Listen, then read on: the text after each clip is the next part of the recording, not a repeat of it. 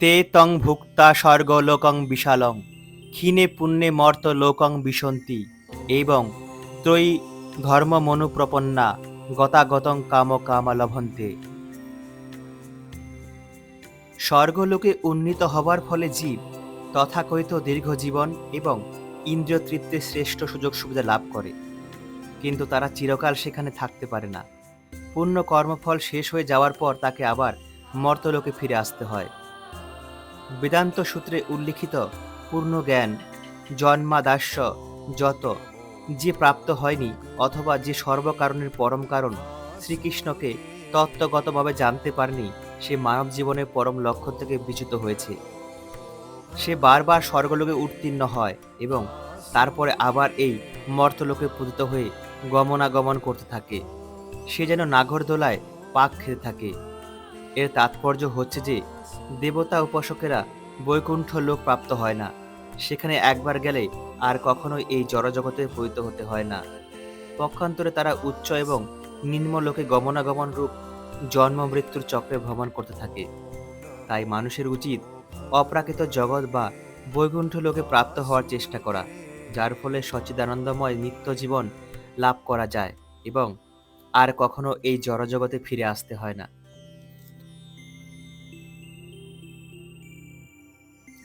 অনন্যা চিন্তয়ন্ত মাম যে জনা পর্যুপাসতে তেষাং নিত্য অভিযুক্তানাম যোগক্ষেমম বহামি অহম। যিনি শ্রীকৃষ্ণ ভাবনা ছাড়া এক মুহূর্ত থাকতে পারেন না, তিনি সব সময় শ্রবণ কীর্তন স্মরণ বন্দন অর্চন দাস্য সেবন সখ্য এবং আত্মনিবেদন এই নবদা ভক্তিপরায়ণ হয়ে 24 ঘন্টা শ্রীকৃষ্ণ ভাবনায় মগ্ন থাকেন। ভক্তির এই সমস্ত ক্রিয়া পরম মঙ্গলময় এবং দিব্য শক্তি সম্পন্ন। এই ভক্তিযোগে ভক্ত তার স্বরূপ উপলব্ধি করতে পারেন। তখন তার একমাত্র অভিলাষ হয় ভগবানের সঙ্গ লাভ করা। একে বলা হয় যোগ। ভগবানের কৃপার ফলে এই ধরনের ভক্তদের আর কখনোই এই জড়জগতে ফিরে আসতে হয় না। ক্ষেম কথাটির অর্থ হচ্ছে ভগবানের কৃপাময় সংরক্ষণ। যোগের দ্বারা শ্রীকৃষ্ণ ভাবনা লাভ করতে ভগবান ভক্তকে সহায়তা করেন এবং পূর্ণরূপে শ্রীকৃষ্ণ ভাবনায় ভাবিত হলে তিনি তাকে দুঃখময় বদ্ধ জীবনে পতিত হওয়ার সম্ভাবনা থেকে রক্ষা করেন। যে ওপি অন্য দেবতা ভক্তা যজন্তে শ্রদ্ধায়ান্বিতা তে ওপি মাম এব পন্তেয় যজন্তি অবিধিপূর্বকম। শ্রীকৃষ্ণ বলেছেন, যারা দেবতাদের উপাসনা করে তারা অল্প বুদ্ধি সম্পন্ন, যদিও এই ধরনের উপাসনা পরোক্ষভাবে আমারই উপাসনা। উদাহরণস্বরূপ বলা যায়, গাছের গোড়ায় জল দেওয়ার পরিবর্তে কেউ যদি তার ডালপালায় জল দিতে থাকে, তবে সেটা তার নির্বুদ্ধিতা অথবা ভ্রান্তি। তেমনি দেহের প্রতিটি অঙ্গ প্রত্যঙ্গকে তুষ্ট করার উপায় হচ্ছে উদরকে সন্তুষ্ট করা। পরমেশ্বর শ্রীকৃষ্ণের সার্বভৌম প্রশাসনে বিভিন্ন দেবতারা হচ্ছেন ভিন্ন ভিন্ন পদাধিকারী শাসক এবং সঞ্চালক। প্রজার কর্তব্য হচ্ছে রাষ্ট্রের আইন পালন করা। কর্মচারী অথবা সঞ্চালকদের কল্পিত বিধান পালন করা কখনো তার কর্তব্য নয়। তেমনি সকলেরই কর্তব্য হচ্ছে কেবল পরমেশ্বর ভগবানের আরাধনা করা। ভগবানের আরাধনা করার ফলে তার কর্মচারী স্বরূপ বিভিন্ন দেবতারাও আপনার থেকে তুষ্ট হন। রাজার প্রতিনিধি রূপে কাজ করছেন যে সমস্ত কর্মচারী, তাদের উৎকোচ দেওয়া অবৈধ।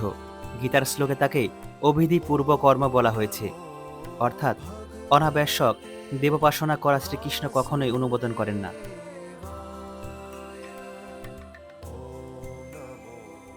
অহম হি সর্বযজ্ঞানাং ভোক্তা চ প্রভু এব চ ন তু মাম অভিজানন্তি তত্ত্বেন অত চ্যাবন্তি তে। এখানে স্পষ্টভাবে বলা হয়েছে যে বেদে নানা রকম যজ্ঞ অনুষ্ঠান করার বিধান দেওয়া আছে, কিন্তু সেই সমস্ত যজ্ঞের যথার্থ উদ্দেশ্য হচ্ছে পরমেশ্বর ভগবানের তুষ্টি সাধন করা। যজ্ঞ শব্দের অর্থ হচ্ছে বিষ্ণু। ভগবদ্গীতার 2য় অধ্যায়ে স্পষ্টভাবে বর্ণনা করে বলা হয়েছে যে যজ্ঞ বা বিষ্ণুকে তুষ্ট করার জন্যই কেবল কর্ম করা উচিত। বর্ণাশ্রম ধর্ম নামক মানব সংস্কৃতির শুদ্ধ ব্যবস্থার উদ্দেশ্য হচ্ছে বিষ্ণুকে তুষ্ট করা। তাই শ্রীকৃষ্ণ এই শ্লোকে বলেছেন, সমস্ত যজ্ঞের একমাত্র ভোক্তা হচ্ছে আমি, কারণ আমি হচ্ছি পরমেশ্বর। তথাপি অল্প বুদ্ধি সম্পন্ন মানুষেরা এই সত্যকে উপলব্ধি করতে না পেরে সাময়িক লাভের জন্য বিভিন্ন দেবদেবীর উপাসনা করে। তাই তারা সংসারের সমুদ্রে পতিত হয় এবং জীবনে যথার্থ লক্ষ্যে পৌঁছতে পারে না। যদিও এটা শুদ্ধ ভক্তি নয়, তবুও জাগতিক বাসনা পূর্ণ করার অভিলাষী হয়ে ভগবানের কাছে তা ভিক্ষা করা অধিক শ্রেয়স্কর, কারণ তার ফলে অবশ্যই অভীষ্ট সিদ্ধি হবে।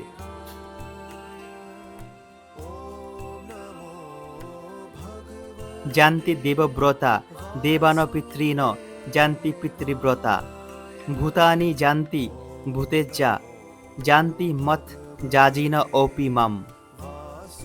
যদি কোনো মানুষ চন্দ্র সূর্য আদি গ্রহলোকে যেতে চায়, তাহলে তার লক্ষ্য অনুসারে বৈদিক বিধান পালন করার ফলে সেখানে সে যেতে পারে। এই সমস্ত বিধান বেদের দর্শ পৌর্ণমাসী নামক কর্মকাণ্ডীয় বিভাগে বিশদভাবে বর্ণনা করা হয়েছে। সেখানে বিভিন্ন লোকের অধিপতি দেবতাদের উপাসনা করার বিধান দেওয়া হয়েছে। এভাবে বিহিত যজ্ঞ অনুষ্ঠান করার ফলে পিতৃলোক আদি উচ্চতর লোক প্রাপ্ত হওয়া যায়। তেমনি আবার প্রেতলোকে গিয়ে যক্ষ রক্ষ অথবা পিশাচজনী প্রাপ্ত হওয়া যায়। পিশাচ উপাসনাকে তামসিক আচার বা তিমির ইন্দ্রজাল বলা হয়। অনেক মানুষ আছে যারা এই তামসিক আচার অনুষ্ঠান করে, অথবা তারা মনে করে যে এই আচার অনুষ্ঠানগুলি পারমার্থিক অনুষ্ঠান, কিন্তু প্রকৃতপক্ষে সেগুলি সম্পূর্ণ জড়জাগতিক কার্যকলাপ। তেমনি শুদ্ধ ভক্ত যিনি কেবল পরমেশ্বর ভগবানের আরাধনা করেন, তিনি নিঃসন্দেহে বৈকুণ্ঠ লোক বা শ্রীকৃষ্ণ লোক প্রাপ্ত হন। এই মহত্বপূর্ণ শ্লোকের মাধ্যমে এটা অত্যন্ত সরলভাবে হৃদয়ঙ্গম করা যায় যে, যদি দেব উপাসনা করার ফলে স্বর্গলোক প্রাপ্ত হওয়া যায়, পিতাদের পূজা করার ফলে পিতৃলোক প্রাপ্ত হওয়া যায় এবং পিশাচ উপাসনা করার ফলে প্রেতলোক প্রাপ্ত হওয়া যায়, তাহলে ভগবানের শুদ্ধ ভক্ত কেন শ্রীকৃষ্ণ লোক বা বিষ্ণুলোক প্রাপ্ত হবেন না? দুর্ভাগ্যবশত অধিকাংশ মানুষই শ্রীকৃষ্ণ এবং বিষ্ণুর এই অলৌকিক ধাম সম্বন্ধে অবগত নয় এবং ধাম তত্ত্ব সম্বন্ধে অনভিজ্ঞ হওয়ার ফলে তারা বারবার সংসারে পতিত হয়। নির্বিশেষবাদীরা তো ব্রহ্মজ্যোতি থেকেও অধপতিত হয়। তাই শ্রীকৃষ্ণ ভাবনামৃত আন্দোলন সমস্ত মানব সমাজে এই পরম কল্যাণকারী জ্ঞান মুক্ত হস্তে বিতরণ করেছে যে, কেবল হরে কৃষ্ণ মহামন্ত্র কীর্তন করার ফলেই মানুষ এই জীবন সার্থক করে, তারা যথার্থ আভাস ভগবদ্ধামে ফিরে যেতে পারে।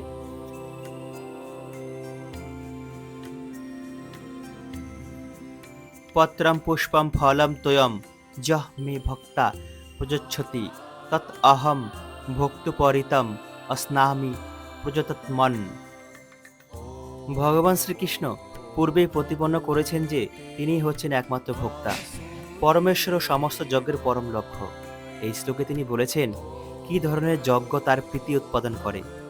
যদি কেউ হৃদয়কে নির্মল করার জন্য এবং জীবনের পরম প্রয়োজন প্রেমময়ী ভগবৎ সেবা প্রাপ্ত হবার জন্য ভক্তিযোগে তৎপর হবার অভিলাষী হয়, তাহলে তাকে জানতে হবে ভগবান তার কাছ থেকে কি প্রত্যাশা করেন।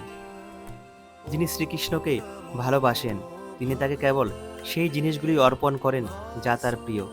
তিনি কখনোই অবাঞ্ছিত অথবা প্রতিকূল বস্তু শ্রীকৃষ্ণকে নিবেদন করেন না। তাই মাছ মাংস ডিম ইত্যাদি কখনোই শ্রীকৃষ্ণের ভোগের যোগ্য নয়।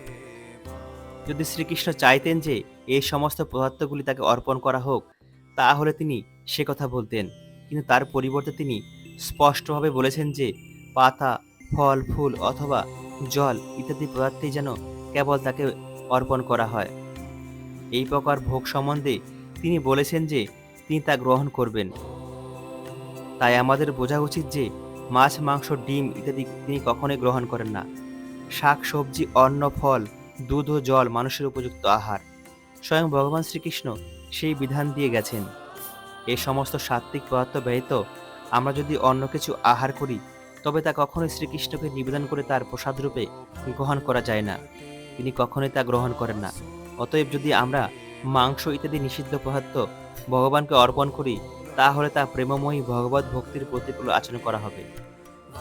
তৃতীয় অধ্যায়ের ত্রয়োদশ শ্লোকে ভগবান শ্রীকৃষ্ণ বর্ণনা করেছেন যে কেবলমাত্র যজ্ঞাবশিষ্ট অন্নই হচ্ছে শুদ্ধ।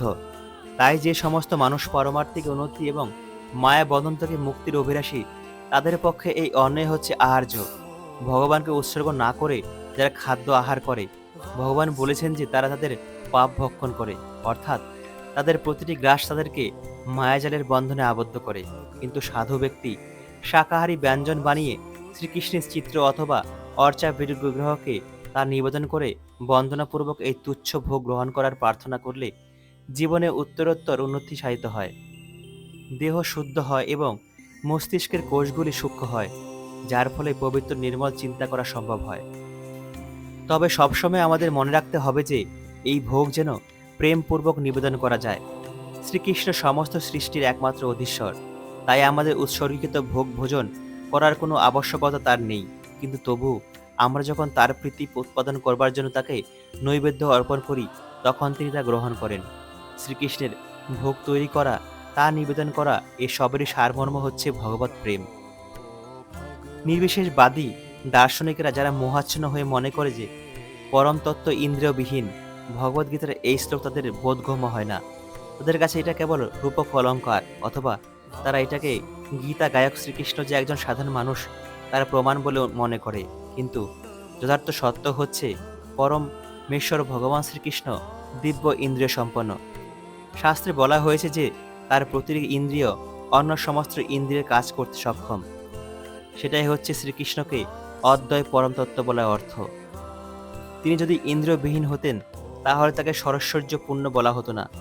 সপ্তম অধ্যায়ে শ্রীকৃষ্ণ বলেছেন যে তিনি অপরা প্রকৃতির প্রতি দৃষ্টিপাত করার মাধ্যমে প্রকৃতির গর্ভে প্রাণের সঞ্চার করেন।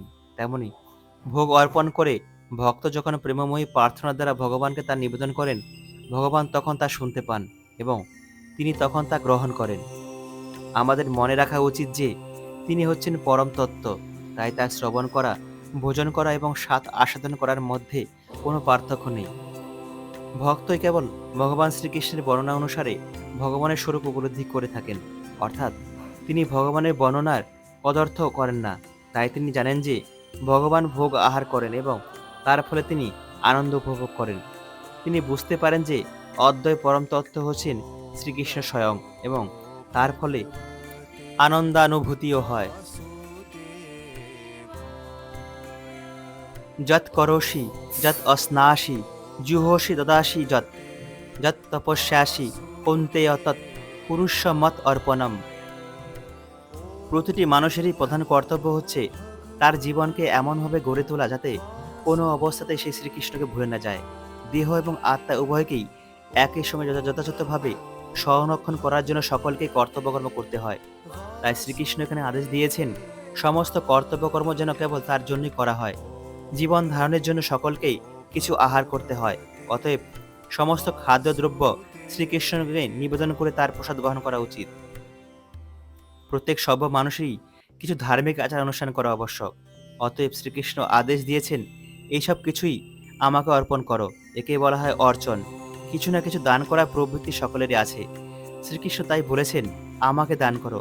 এর তাৎপর্য হচ্ছে সমস্ত সঞ্চিত ধন শ্রীকৃষ্ণ ভাবনামিত আন্দোলনের প্রসারের জন্য উৎসর্গ করা উচিত। আজকাল ধ্যানযোগ পদ্ধতির প্রতি মানুষের অভিরুচি উত্তরোত্তর বেড়ে চলেছে, কিন্তু এই যুগের পক্ষে তা বাস্তবসম্মত নয়। কিন্তু যে মানুষ জপমালায় হরে কৃষ্ণ মহামন্ত্র জপ করতে করতে 24 ঘন্টা শ্রীকৃষ্ণের ধ্যানে নিমগ্ন থাকার অভ্যাস করেন, তিনি নিশ্চিতরূপে পরম যোগী। সে কথা ভগবদ গীতার 6ষ্ঠ অধ্যায়ে প্রতিপন্ন করা হয়েছে।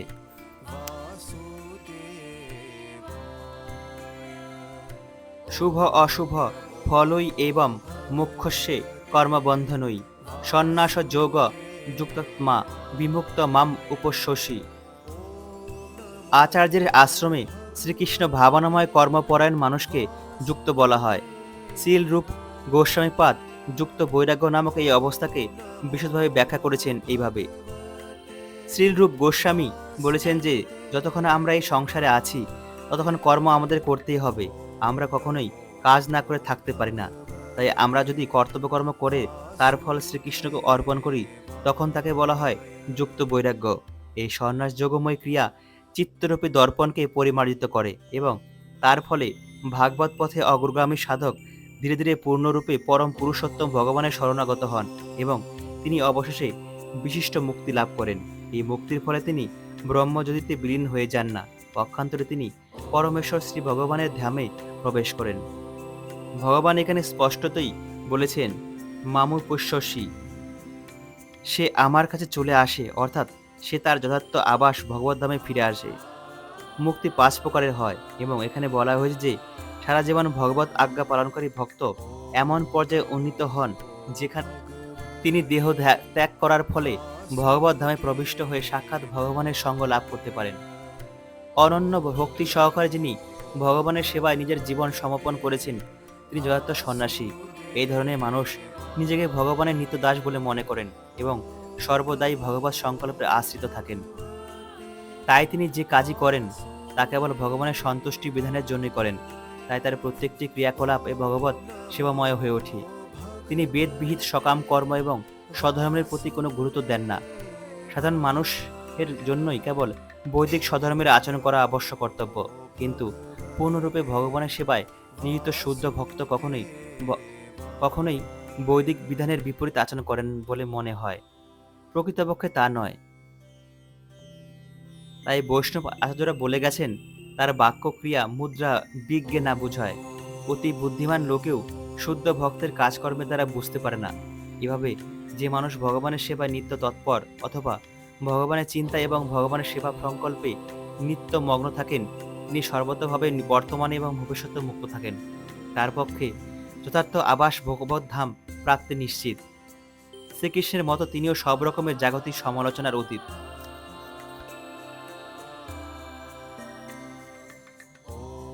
সম অহম সর্বভূতেষু ন মে দেশ্য অস্তি ন প্রিয় যে ভজন্তি তু মাম ভক্তা মই তে তেষু চ অপি অহম।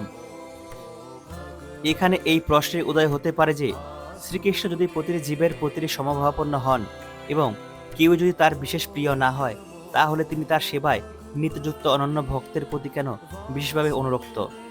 কিন্তু প্রকৃতপক্ষে তাতে কোনো ভেদভাব নেই। উপরন্তু এটাই স্বাভাবিক।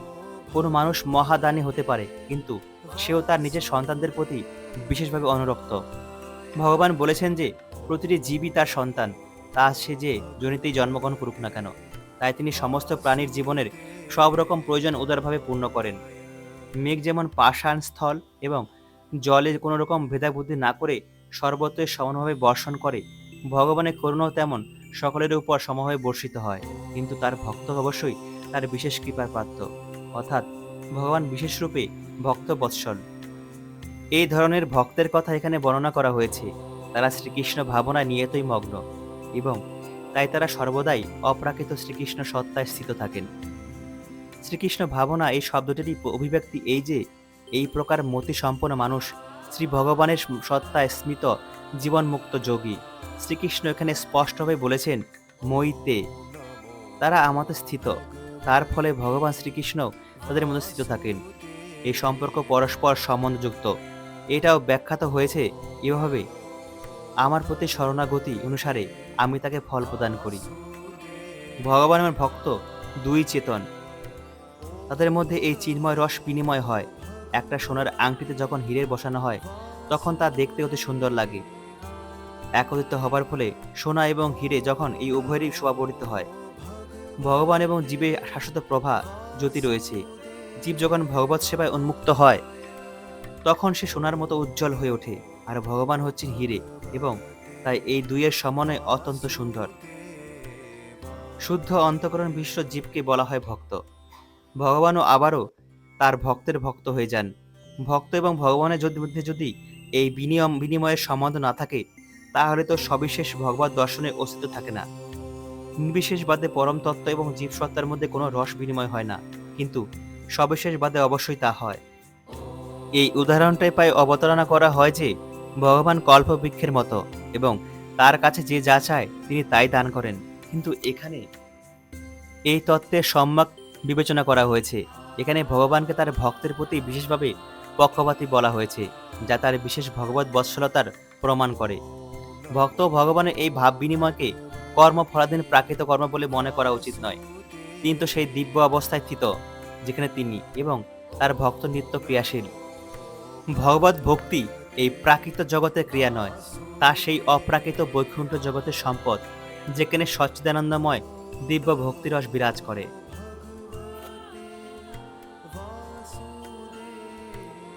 অপি চেত সুদূরাচার ভজতে মাম অনন্য ভাগ সাধু এব স মন্তব্য সম্যক ব্যবসিত হিস।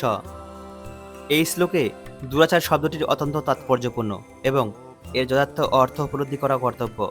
বদ্ধজীবের ক্রিয়া দু রকমের, নৈমিত্তিক এবং নিত্য। দেহ ধারণ অথবা সমাজ ও রাষ্ট্রের বিধান পালনের জন্য বিভিন্ন নৈমিত্তিক কর্ম করা হয়। বদ্ধ জীবনে ভক্তকেও এই ধরনের কার্য করতে হয়। বদ্ধ ক্রিয়ার ঊর্ধ্বে দিব্য স্বরূপকে পূর্ণরূপে উপলব্ধি করে শ্রীকৃষ্ণ ভাবনায় ভাবিত হয়ে অথবা ভক্তি সহকারে জীব তার নিত্য ধর্ম ভগবৎ সেবা সম্পাদন করে। এই স্বরূপভূত নিত্য ক্রিয়াকেই ভক্তিযোগ বলা হয়।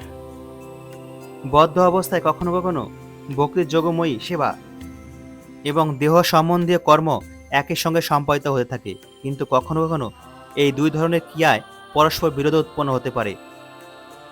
ভক্ত সাধারণত যথাসম্ভব সচেতন থাকেন যাতে তিনি এমন কোনো কার্য না করেন যার ফলে তার ভগবৎ সেবা বাধাপ্রাপ্ত হতে পারে।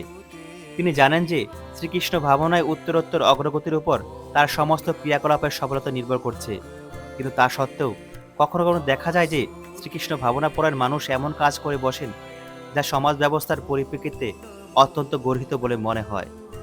কিন্তু এই প্রকার ক্ষণিক পতন হওয়া সত্ত্বেও তিনি ভক্তিযোগের অযোগ্য হন না। শ্রীমদ্ ভাগবতে বলা হয়েছে যে অনন্যভাবে ভগবত ভক্তি পরায়ণ মানুষ যদি পতিত হয় তাহলে অন্তর্যামী ভগবান শ্রীহরি তাকে নির্মল করে পাপ মুক্ত করে দেন। মায়ার মোহময়ী প্রভাব এতই প্রবল যে পূর্ণরূপে ভগবত ভক্তিনিষ্ঠ যোগীও কখনো কখনো তার দ্বারা আক্রান্ত হন, কিন্তু শ্রীকৃষ্ণ ভাবনা এত অধিক শক্তিসম্পন্ন যে যার ফলে এই ধরনের প্রাসঙ্গিক পতন তৎক্ষণাৎ পরিশোধিত হয়ে যায়। সুতরাং ভক্তিমার্গের সফলতা নিত্যসিদ্ধ। যদি ভক্ত অকস্মাৎ আদর্শ ভাগবত পথ থেকে চ্যুত হন তাহলেও তাকে উপহাস করা উচিত নয়। যে কথা পূর্ববর্তী শ্লোকে স্পষ্টই বলা হয়েছে, পূর্ণভাবে শ্রীকৃষ্ণ ভাবনায় ভাবিত হলে ভক্তের এই আকস্মিক পতন যথাসময়ে বন্ধ হয়ে যায়। অতএব যে মানুষ শ্রীকৃষ্ণ ভাবনায় স্মিত হয়ে সুদৃঢ় বিশ্বাসের সঙ্গে হরে কৃষ্ণ কৃষ্ণ কৃষ্ণ হরে হরে, হরে রাম রাম রাম হরে হরে এই মহামন্ত্র জপ করেন, তিনি যদি ঘটনাক্রমে অথবা অকস্মাৎ অধঃপতিত হন তাহলে তাকে মহাত্মা বলেই মনে করা উচিত। এই সম্বন্ধে সাধুরৈব সে মহাত্মা শব্দটি অতি নিশ্চয়াত্মক। এর দ্বারা অভক্তদের সাবধান করে দেওয়া হয়েছে যে আকস্মিক পতন হওয়ার জন্য ভক্তকে উপহাস করা উচিত নয়, পরন্তু তাকে সাধু বলেই মান্য করা উচিত। মন্তব্য শব্দটি তা আরও বেশি জোরালো। এই শ্লোকের বিধান না মেনে যদি আকস্মিকভাবে পতিত ভক্তকে উপহাস করা হয় তাহলে তা ভগবানের আজ্ঞার অবহেলা করা হবে। ভগবত ভক্তের কেবল একটা যোগ্যতারই প্রয়োজন, তা হচ্ছে ভক্তি সহকারে নিষ্ঠার সঙ্গে ভগবানের সেবা করার ঐকান্তিক ইচ্ছা। নৃসিংহ পুরাণে বর্ণিত আছে, এমনকি কেউ সম্পূর্ণরূপে ভগবত ভক্তিতে রত থেকেও কখনো কখনো তাকে হীনকর্মে নিয়োজিত দেখা যায়। এই ক্রিয়াকলাপগুলিকে মনে করতে হবে যেমন তাদের যে কলঙ্ক দেখা যায় তাতে চন্দ্রকিরণ প্রতিহত হয় না, তেমনি সৎপথ থেকে ভক্তের প্রাসঙ্গিক পতন তাকে পাপাত্মায় পরিণত করে না। তা বলে এটা কখনোই মনে করা উচিত নয় যে ভগবৎপরায়ণ ভক্ত সব রকম নিন্দনীয় কর্মে প্রবৃত্ত হতে পারে। এই শ্লোকে কেবল বিষয় সংসর্গের প্রবর্ততা জনিত ঘটনার কথাই বলা হয়েছে। ভগবত ভক্তি ব্যবস্থিত পক্ষে মায়ের বিরুদ্ধে যুদ্ধ ঘোষণা করা সামিল। ভক্ত যতক্ষণ পর্যন্ত না মায়ার সঙ্গে যুদ্ধ করতে সমর্থ হচ্ছে ততক্ষণ এই ধরনের দুর্ঘটনা ঘটতে পারে, কিন্তু তা পূর্বে বলা হয়েছে পূর্ণরূপে শক্তিশালী হওয়ার পরে আর তার কখনো পতন হয় না। এই শ্লোকের দোহাই দিয়ে পাপাচারে প্রবৃত্ত হয়ে নিজেকে ভক্ত বলে মনে করা কখনো উচিত নয়। ভগবত ভক্তি সাধন করার পরেও যদি চরিত্র শুদ্ধ না হয় তাহলে বুঝতে হবে যে সে শ্রেষ্ঠ ভক্ত নয়। ক্ষিপ্রং ভবতি ধর্মাত্মা শশচ্ছান্তি নিগচ্ছতি কৌন্তেয় প্রতি জানিহি ন মে ভক্ত প্রণশ্যতি। ভগবানের এই উক্তির ভ্রান্ত অর্থ করা উচিত নয়। সপ্তম অধ্যায়ে ভগবান বলেছেন যে অসৎ কর্মে লিপ্ত মানুষেরা কখনো তার ভক্ত হতে পারে না। যে ভগবানের ভক্ত নয় তার কোনো সদ্গুণ নেই। তাই এখানে প্রশ্ন হতে পারে যে স্বেচ্ছায় অথবা দুর্ঘটনাক্রমে পাপকর্মে প্রবৃত্ত মানুষ কীভাবে শুদ্ধ ভক্ত হতে পারে। বর্তমান সন্দর্ভে এই জিজ্ঞাসা যথার্থ সমীচীন। সপ্তম অধ্যায় অনুসারে যে দুষ্কৃতকারী সর্বদাই ভগবত ভক্তি থেকে বিমুখ থাকে তার কোনো সদ্গুণ নেই, যে কথা শ্রীমদ্ ভাগবতে বলা হয়েছে। নবদা ভক্তি আচরণকারী ভক্ত সমস্ত প্রাকৃত দোষ থেকে হৃদয়কে নির্মল করতে প্রবৃত্ত থাকেন। তিনি পরম পুরুষোত্তম ভগবানকে তার হৃদয়ে অধিষ্ঠিত করেন, তাই স্বাভাবিকভাবেই তার হৃদয় সমস্ত কলুষ থেকে মুক্ত হয়। নিরন্তর ভগবত চিন্তা করার প্রভাবে তার স্বভাব নির্মল হয়। পরমার্থ সাধনের পথ থেকে ভ্রষ্ট হলে অন্তঃকরণ শুদ্ধ করার জন্য প্রায়শ্চিত্ত করার বিধান বেঁধে দেওয়া আছে। কিন্তু এখানে সেরকম প্রায়শ্চিত্ত করার কোনো বিধান দেওয়া হয়নি, কারণ নিরন্তর পরম পুরুষোত্তম ভগবানের চিন্তা করার ফলে ভক্তের হৃদয়ে আপনা থেকে নির্মল হয়ে যায়। তাই নিরন্তর হরে কৃষ্ণ কৃষ্ণ কৃষ্ণ হরে হরে, হরে রাম রাম রাম হরে হরে কীর্তন করা উচিত। তার ফলে ভক্ত সব রকম আকস্মিক পতন থেকে রক্ষা পান এবং সব রকম প্রাকৃতিক বিকার থেকে সর্বদাই মুক্ত থাকেন।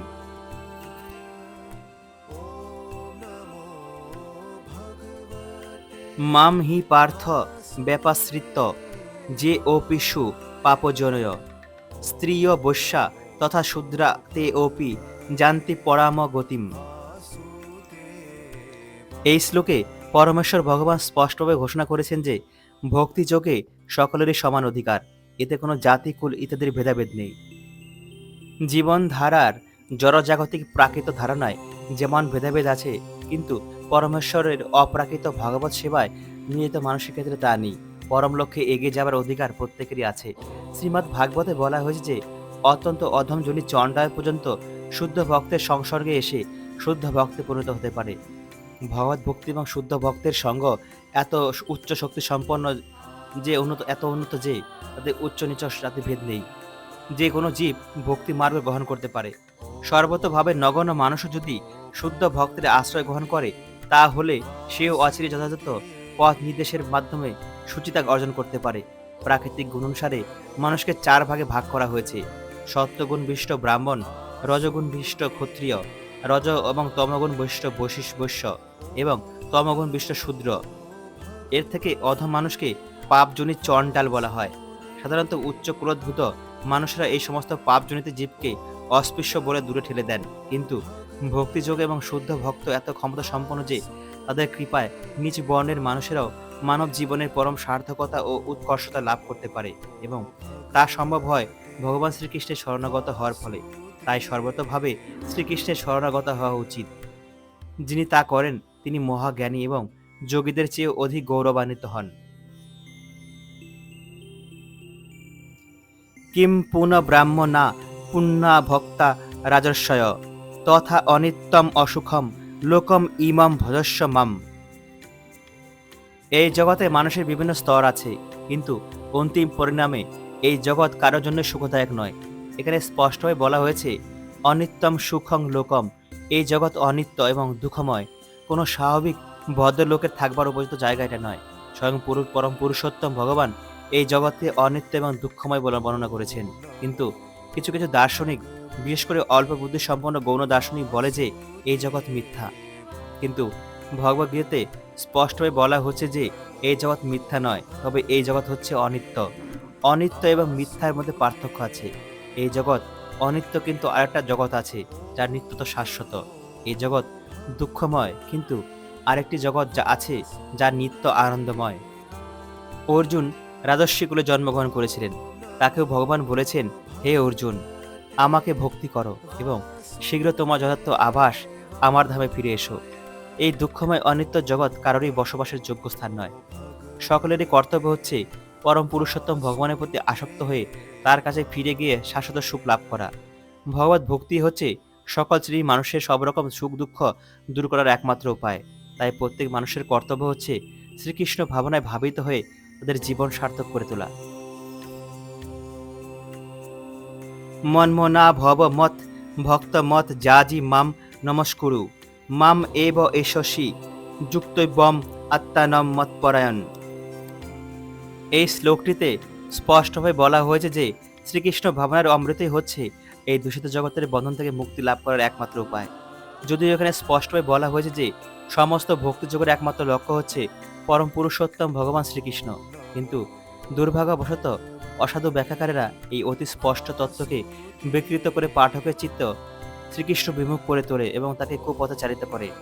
এই ধরনের ব্যাখ্যাকারেরা জানে না যে শ্রীকৃষ্ণের চিত্ত এবং স্বয়ং শ্রীকৃষ্ণের মধ্যে কোনো ভেদ নেই। শ্রীকৃষ্ণ সাধারণ মানুষ নন, তিনি হচ্ছেন পরম তত্ত্ব। তার দেহ, চিত্ত অথবা তিনি স্বয়ং অদয় পরম তত্ত্ব। শ্রী চৈতন্য চরিতামৃতের আদিলীলা ৫ম অধ্যায় ৪১ থেকে ৪৮ সংখ্যক শ্লোকের অনুভাসে শ্রীর ভক্তি সিদ্ধান্ত সরস্বতী ঠাকুর কুর্মপুরায়ণ থেকে একটি শ্লোকের উল্লেখ করে বলেছেন, দেহ দেহি বিভেদয়ং নিঃস্বরে বিদ্যতে ক্বচিৎ, অর্থাৎ পরমেশ্বর শ্রীকৃষ্ণ এবং তার দেহে কোনো ভেদ নেই। কিন্তু যেহেতু তথাকথিত ব্যাখ্যাকারেরা শ্রীকৃষ্ণ তত্ত্ব সম্পর্কে সম্পূর্ণ অজ্ঞ, তাই তারা তাদের ব্যাখ্যা এবং বাকচাতুর্যের দ্বারা শ্রীকৃষ্ণকে আড়াল করে রেখেছে বলে যে শ্রীকৃষ্ণ যথার্থ স্বরূপ তার দেহ এবং মন থেকে ভিন্ন। যদিও এই ধরনের মন্তব্য শ্রীকৃষ্ণ তত্ত্ববিজ্ঞান সম্বন্ধে সম্পূর্ণ অজ্ঞতার পরিচায়ক, কিন্তু কিছু মানুষ জনসাধারণকে এভাবে বিপদগামী করে নিজেদের স্বার্থসিদ্ধি করে। কিছু আসরিক ভাবাপন্ন মানুষও শ্রীকৃষ্ণকে চিন্তা করে, কিন্তু তাদের চিন্তা শ্রীকৃষ্ণের পিতৃপক্ষ অংশের মতোই বিদ্বেষপূর্ণ। সেও শ্রীকৃষ্ণের চিন্তায় সদা সর্বদা তন্ময় থাকত, কিন্তু সে শ্রীকৃষ্ণকে শত্রু বলে মনে করত। তার সবসময় উদ্বেগ হতো যে কখন শ্রীকৃষ্ণ তাকে হত্যা করতে আসবেন। এই ধরনের চিন্তায় কোনো লাভ হয় না। শ্রীকৃষ্ণের চিন্তা করা উচিত প্রেমময়ী ভক্তি ভরে, তাকে বলা হয় ভক্তিযোগ। এই যোগে সর্বদা শ্রীকৃষ্ণের অপ্রাকৃত তত্ত্ব উপলব্ধি করার চেষ্টা করা উচিত। এই অনুশীলন কি? সদ্গুরুর আশ্রয়ে শিক্ষা গ্রহণ করাই হচ্ছে শ্রীকৃষ্ণ তত্ত্বের অনুকূল অনুশীলন। শ্রীকৃষ্ণ হচ্ছেন পরম পুরুষোত্তম ভগবান, এবং আমরা ইতিপূর্বে কয়েকবার বিশ্লেষণ করেছি যে তার শ্রীবিগ্রহ প্রাকৃত নয়, তা সচ্চিদানন্দময়। এই ধরনের শ্রীকৃষ্ণ কথা মানুষকে ভক্ত হতে সহায়তা করে। তা না করে যদি কোনো অবাঞ্ছিত ব্যক্তির কাছে শ্রীকৃষ্ণ তত্ত্ব জানবার চেষ্টা করা হয়, তাহলে সমস্ত প্রচেষ্টাই ব্যর্থ হয়। তাই ভগবান শ্রীকৃষ্ণের নিত্য আদ্যরূপে চিত্ত অভিনিবিষ্ট করে হৃদয়ে সুদৃঢ় বিশ্বাস সহকারে তাকে পরমেশ্বর ভগবান বলে জেনে তার পূজায় তৎপর হওয়া উচিত। ভারতবর্ষে শ্রীকৃষ্ণকে পূজা করার জন্য হাজার হাজার মন্দির আছে এবং সেখানে ভক্তিযোগ অনুসরণ করা হয়। এই ভক্তিযোগের একটি অঙ্গ হচ্ছে শ্রীকৃষ্ণকে প্রণাম করা। ভগবানের শ্রীবিগ্রহের সামনে কায় মন বাক্যে দণ্ডবৎ প্রণাম করে সর্বতভাবে শ্রীকৃষ্ণ মুখ হতে হয়। তার ফলে শ্রীকৃষ্ণে অবিচলিত নিষ্ঠার উদয় হয় এবং তার ফলে শ্রীকৃষ্ণ লোক প্রাপ্ত হওয়া যায়। অসাধু ব্যাখ্যাকারদের বাকচাতুর্যে পথভ্রষ্ট হওয়া উচিত নয়। শ্রীকৃষ্ণের কথা শ্রবণ, কীর্তন আদি নবধা ভক্তির অনুশীলনে নিষ্ঠাপরায়ণ হওয়া উচিত। শুদ্ধ শ্রীকৃষ্ণ ভক্তি হচ্ছে মানব সমাজের পরম প্রাপ্তি। ভগবদ্গীতার সপ্তম এবং অষ্টম অধ্যায়ে জ্ঞানযোগ, ধ্যানযোগ এবং কর্মশকের স্বতন্ত্র শুদ্ধ ভক্তিযোগের বর্ণনা করা হয়েছে। যারা পূর্ণরূপে শুদ্ধ হতে পারেননি, তারা নির্বিশেষ ব্রহ্মজ্যোতি, সর্বভূতে স্থিত পরমাত্মা প্রভৃতি ভগবানের অন্যান্য রূপের প্রতি আকৃষ্ট হতে পারে, কিন্তু শুদ্ধ ভক্ত কেবল ভগবানের সেবাকেই অঙ্গীকার করে নেন। শ্রীকৃষ্ণ বিষয়ক একটি অতি মধুর কবিতাতে স্পষ্টভাবে বলা হয়েছে যে শ্রীকৃষ্ণ ব্যতীত অন্যান্য দেবদেবীর পূজায় নিয়োজিত ব্যক্তিগণ মূঢ় এবং তারা কখনোই পরমেশ্বর ভগবান শ্রীকৃষ্ণের পরম কৃপা লাভ করতে পারে না। যদি কখনো কোনো কারণে প্রথম পর্যায়ে কোনো ভক্ত তার প্রকৃত অবস্থা থেকে সাময়িকভাবে অধঃপতিত হয়, তবু তাকে সকল দার্শনিক ও যোগীদের থেকে অপেক্ষাকৃত শ্রেষ্ঠ বলে গণ্য করা হয়। যে ব্যক্তি শ্রীকৃষ্ণ চেতনায় উদ্বুদ্ধ হয়ে সতত শ্রীকৃষ্ণ সেবায় নিয়োজিত আছেন, তিনিই প্রকৃত সাধু ব্যক্তি। পূর্বেকার অভক্তিচিত মনোভাব ত্যাগ করে তিনি শীঘ্রই পরম সিদ্ধি লাভ করবেন। পরমেশ্বর ভগবানের শুদ্ধ ভক্তের কখনোই পতনের সম্ভাবনা থাকে না, কারণ পরম পুরুষোত্তম ভগবান স্বয়ং তার শুদ্ধ ভক্তের সকল দায়িত্ব গ্রহণ করেন।